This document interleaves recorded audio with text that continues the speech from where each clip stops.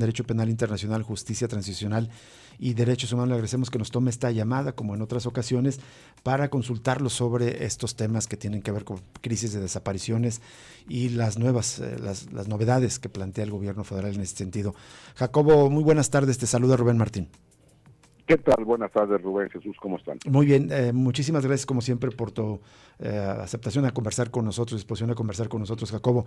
¿Cómo estás mirando, cuál es tu lectura, el análisis acerca de este anuncio que hizo el presidente ya hace algunas semanas, pero que cada vez se pone más controvertido, de realizar un censo para ver cómo está el Registro Nacional de Personas Desaparecidas, y desde las familias se piensa que la intención es rasurar a este censo y por lo tanto, como se ha aplicado en Jalisco, desaparecer a los desaparecidos? Pues sí, el presidente ya lo dejó muy claro, cuando no nada más anunció este censo, digo que pues, evidentemente no es un censo, pero bueno, así lo llamó, y días después dijo que este censo tenía como objetivo quitarle herramientas, en el discurso que suele repetir el presidente, herramientas a sus críticos o a la oposición. Es decir, es claro que en la mente del presidente lo que hay es un fin político electoral. No hay una preocupación por la calidad de la información del registro de personas desaparecidas, porque de haberlo, tendrían que implementar medidas como estas que están haciendo para ajustar el posible sobre el registro que tenga la base de datos, pero también tendría que estar atendiendo el brutal subregistro que tiene esta base de datos. Y solo por mencionar un par de fenómenos que ocurren, es decir, sabemos que hay un número importante de familiares que no denuncian las desapariciones, lo que genera un subregistro, pero también sabemos, y esto lo han denunciado varios colectivos, las fiscalías estatales tardan mucho tiempo en enviar la información al registro de personas desaparecidas, o reclasifican la desaparición como otro delito para no reportarla. Particularmente en el estado de Jalisco ha habido varias denuncias de colectivos que tiene ya varios meses que no envían información al registro. De hecho, desde de marzo del año pasado. Sí, bueno, y ese es el estado de Jalisco, pero incluso si entramos al portal, la última actualización es de mayo de este año. Una fiscalía, Querétaro, envió algo de información, no sabemos qué. Es decir, hay una decisión de ya no sumar al registro, pero sí empezar a restar. Exactamente. Entonces, evidentemente esto genera preocupaciones en los colectivos, y es transparente que la renuncia de Carla Quintana obedece a la integridad del registro, dado que las acciones que tomó en las últimas horas antes de presentar su renuncia. Enviar la base de datos a resguardo a la Comisión Interamericana de Derechos Humanos y hacerla pública, que por cierto tendría que haberla hecho pública desde hace 2 años, que hay una resolución del INAI para que haga pública, y bueno, pues decidió hacerla pública horas antes de su renuncia. Es evidente que el diferendo con el gobierno federal, incluso con la propia Secretaría de Gobernación, con Alejandro Encinas, está de parte de Carla Quintana en resguardar pues la poca o mucha, más yo diría poca, porque no hay mucha, no es una base de datos que tenga altos niveles de certeza, pero bueno, lo poco que se ha logrado hacer en este país, resguardarlo, porque hay una intencionalidad política fuera de ley. Esto también es muy importante, que servidores de la nación estén haciendo visitas casa a casa para validar si no han regresado personas que se encuentran desaparecidas. Esto va contra la ley, a pesar de que el subsecretario Encinas dice que hay un convenio firmado. Bueno, pues la ley no faculta a la Secretaría del Bienestar para realizar búsquedas en vida. Entonces, Jacobo, si hay esta intención, evidentemente mencionaste el caso de Jalisco y lo conocemos bien, lo hemos denunciado desde el año pasado. Sin embargo, parece ser que se reporta una respuesta semejante, evasiva, y también de no reportar todas las cifras de desaparecidos de otras entidades federativas. ¿Conoces algunos casos? Sí, por supuesto. En el caso de la Ciudad de México también ya van varios meses que no se reporta. Y hay fenómenos también más graves. Por ejemplo, por mencionar el caso de la Ciudad de México, relevante ahora porque pues la jefa de gobierno pretende alcanzar la presidencia de la República. durante los 6 años del gobierno anterior, es decir, de Miguel Ángel Mancera, no se reportan casi desaparecidos en el portal. Pero eso ya fue responsabilidad del gobierno actual, el envío de información. Este registro existe a partir de la entrada de Carla Quintana y el nuevo gobierno. Es decir, el registro, esta nueva metodología de reportes, se da ya en después de 2019, que es la entrada en gobierno de la actual administración, y le correspondería a la Fiscalía actual de la Ciudad de México reportar históricamente hacia atrás.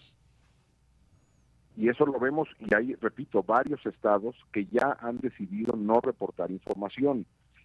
El problema es de que, bueno, ustedes se enfrentan en Jalisco a la misma disyuntiva. Sí.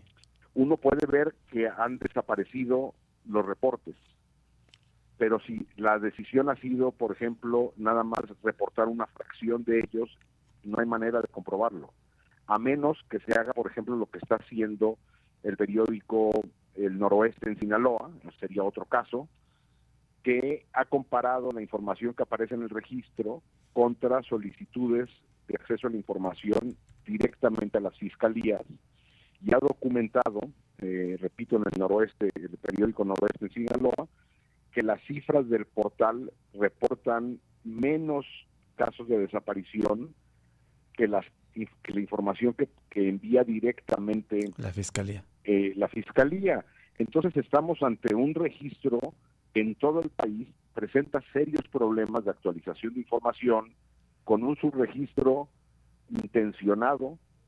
Es decir, no hay otra manera de entender que Jalisco no envía información, que Sinaloa no envía información, que la Ciudad de México no envía información, y así varias entidades, más que la intencionalidad política. Claro. Y lo único que le preocupa al presidente es su imagen, y entonces pretende, pues, como se ha dicho, rasurar a partir de estas visitas ilegales por parte de la Secretaría del Bienestar, con personal no calificado. Sobran los testimonios de familiares que están muy molestos porque han llegado a preguntar por la aparición de personas que continúan desaparecidas. Es terrible.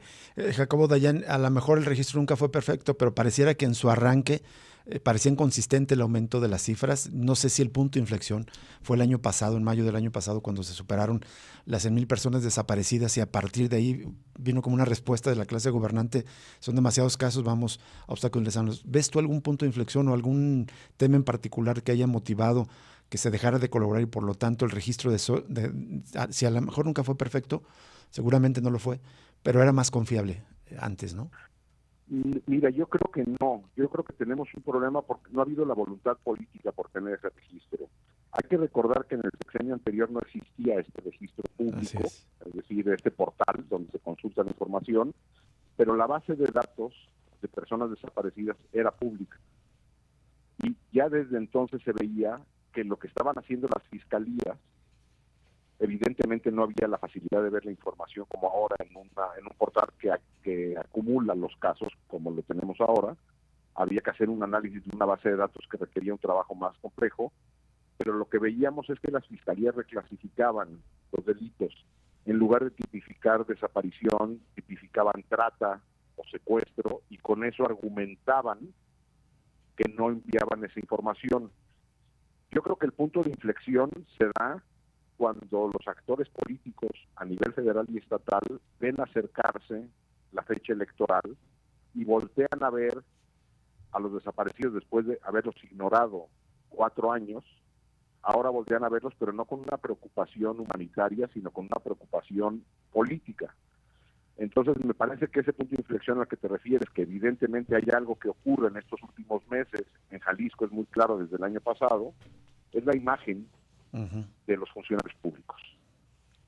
De todos los colores, ¿no? Jacobo Dayan, te saluda Jesús Estrada, porque ahora es lamentable, también veo comentarios de dirigentes de partidos de la oposición criticando al gobierno federal por esta crisis de desaparecidos, pero bueno, panistas, digamos, de criticando esto cuando hay gobiernos estatales del propio PAN que están haciendo la misma operación, pues es lamentable. Jacobo Dayan, quería preguntarte si el registro está mal viciado, digamos, con la información dudosa de parte de las propias fiscalías estatales, si lo que ha llevado a cabo el gobierno federal también obviamente está mal antes y ahora también con este censo.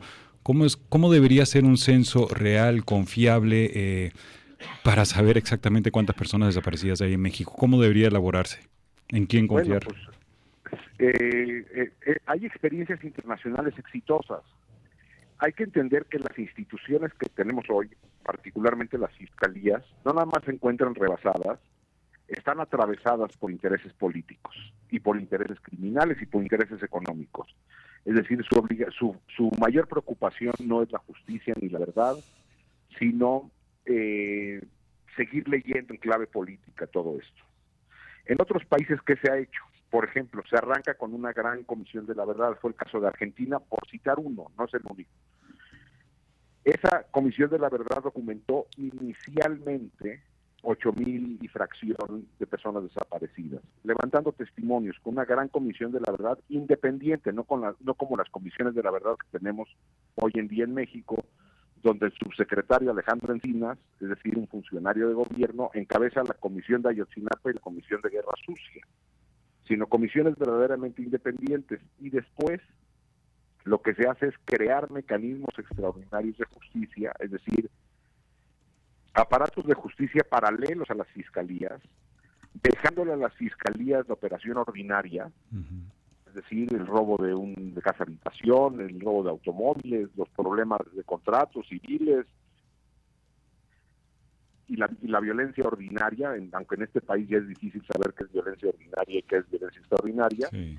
Y a estos mecanismos extraordinarios de justicia se envía la violencia, la macroviolencia y la macrocriminalidad. Y entonces ahí sí, con mecanismos absolutamente independientes como el que opera hoy en Colombia, por ejemplo, o en su caso, repito, en el caso argentino, después de estos 8,000 iniciales, cuando empezaron los procesos judiciales, se tiene la cifra definitiva de 30,000 personas desaparecidas, a partir de instituciones descapturadas de los intereses políticos. Pero como bien decían, a ningún partido político, de ningún color, hay gobernadoras y gobernadores de todos los colores ha habido, y ninguno ha querido perder el control político de los aparatos de justicia. Entonces sí hay maneras creando una gran comisión de la verdad, o una comisión de la verdad estatal. Si a nivel nacional no se quiere crear una comisión de la verdad, bueno, pues el gobernador de Jalisco, la gobernadora de Chihuahua, podrían decir, aquí se va a crear una comisión de la verdad estatal y vamos a sacar el número real de desaparecidos o de asesinatos o de tortura a nivel estatal y crear un mecanismo extraordinario de justicia. Si no lo hacemos, hay que recordar que el problema de Carla Quintana viene de tiempo atrás. Sí. Estaba confrontada con la Fiscalía General de la República, que se negaba a participar en las búsquedas. Entonces, mientras las comisiones, tanto la nacional como las estatales, en Jalisco la Comisión Estatal de Búsqueda tiene que articularse con la Fiscalía del Estado. Sí, Jacobo. Eso no va a funcionar nunca. Así es.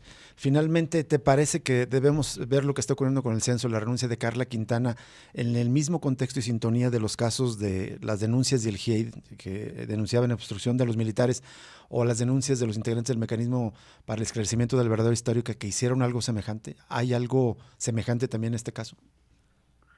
Me parece que no es exactamente lo mismo, aunque tienen elementos en común. Es decir, ahí la denuncia es que las instituciones, sobre todo el ejército, las instituciones de inteligencia, se han negado a entregar información con el respaldo político del presidente de la República, en el caso del GIEI y de la Comisión de Esclarecimiento Histórico de Guerra Sucia. Aquí lo que tenemos es directamente al presidente de la República tratando de disminuir las cifras. Entonces, el elemento en común, digo, en este caso no aparece el componente del ejército, pero lo que sí hay en común es de que tenemos un presidente de la República sin compromiso con la verdad, la justicia ni la búsqueda de personas desaparecidas. Así es, bien. Te agradecemos, Jacobo Dayan, que nos hayas tomado esta llamada y nos hayas compartido pues tu análisis sobre este asunto tan importante. Muchas gracias. Gracias a ustedes, abrazo hasta allá. Igualmente, muy buenas tardes, Jacobo Dayan, con este importante análisis. Bueno, vamos a ir a la pausa y vamos a seguir con otro tema de la mayor importancia, el tema de los libros de texto, pero también queremos decirle que ya hay ganadora en realidad para llevarse el libro Defender al Pueblo, Autodefensas y Policías Comunitarios en México, que estamos regalando en este contexto del 10º aniversario de Cosa Pública 2.0. La ganadora es María Trinidad Sandoval Vargas. Repito, María Trinidad Sandoval Vargas. Basta que se presente con una identificación de 10 de la mañana a 4 de la tarde aquí en las instalaciones de Radio Universidad de Guadalajara. Vamos a la pausa y volvemos con la siguiente entrevista.